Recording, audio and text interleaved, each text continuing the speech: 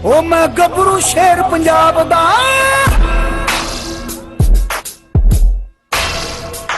ओ मैं गबरू शेर पंजाब दा मैनू जग सारा है जानदा मैं गबरू शेर पंजाब दा मैनू जग सारा है जानदा मैं गबरू शेर पंजाब दा मैनू जग सारा है जानदा ओ मेरे लोया दुनिया मानदी मेरा खां पंजाब दा।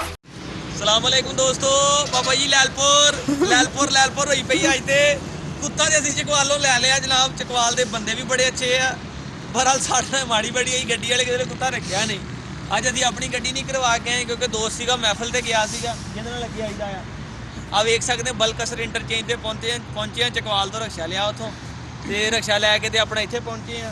कमांडो साडे हत्थां दे विच आ, कमांडो इधर नूं होए कमांडो ना होंदा ते आराम नाल डैवो च बह के ते भावें वापस चल जाने। डैवो भी नहीं जानियां तो छोटियां कोस्टरां जानियां ने, बड्डी बस चकवाल जो मिलदी कोई नहीं हैगी। ते वैसे गल एह् है कि थोड़ा जलील तो हो गए हैं मगर एक सफर साडा यादगार रहेगा। यकीन करो रक्शे दे विच चिंकी दे विच पिछे रख के इन्हां नूं बिठा के कमांडो नूं लैके आए आ। मैं कहा यार जिम्मेदारी लई आ, जैनवन गल दसां ना मजाक तो इलावा खर्चा भी वधदा जा रहा वा।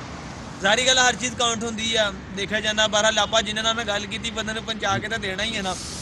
मैं इन्हूं गल कही मैं कहा जनाब वेले तुहाडा कुत्ता तुहानूं पहुंचा देंगे, ठीक है। आ चैक कराओ दफा कमांडो भी बाबा जी ठंड भी होई जाती है। बाबा जी ठंड इधर है ही पहाड़ी एरिया ने, चंगी भली ठंड हो गई है। कमांडो जाब जेडे ने इधर देखो इन्हें काहदे नूं ठंड आ ठंड ते सानूं जेडे दिले। बाबा जी बस आ गई है, वेखो पता नहीं हुण कित्थे दी। लाइट मारो बस वाली बड़ा कित्थे दी है बस, पता नहीं कित्थों दी है। नहीं ये साढ़े मकसद ही नहीं हैगी बाबा जी। असीं जाना जे लैलपुर, कमांडो होनी भी थक के बह गए हैं।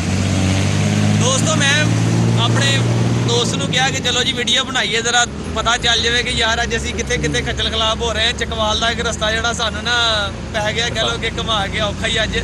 ते कोई गल नहीं इंशाअल्लाह हैं जिंदगी इंजॉय करन दा हुंदी आ। बंदा फिरदा तुरदा मुख्तलिफ शहर वेखदा, इंजॉय करदा। और इस तरह के जोड़े वाकयात होंगे ने इन्हां सफ़र बड़ा यादगार रहिंदा हैगा।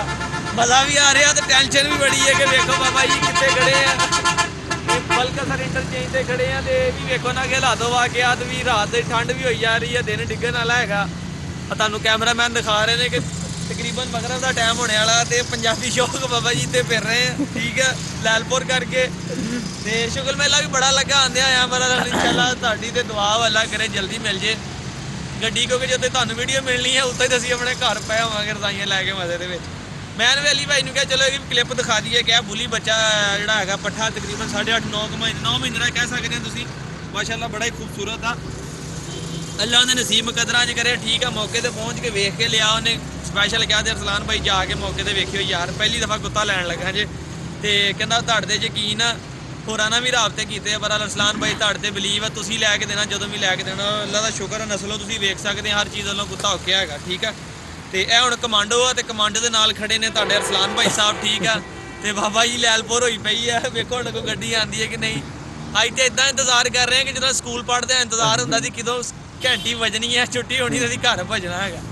अज गलबात मेरे ख्याल आ गई लाहौर की गड्डी, अज 27 तरीक हैगी है गलबात, ठीक है। तो वेखो हुण की बनदा, अल्लाह खैर करे। गड्डी तो आ गई है लाहौर की, लाहौर नूं आई जानी रहनी है। मैं तो कहना लाहौर ही चलीए, चलो ओके।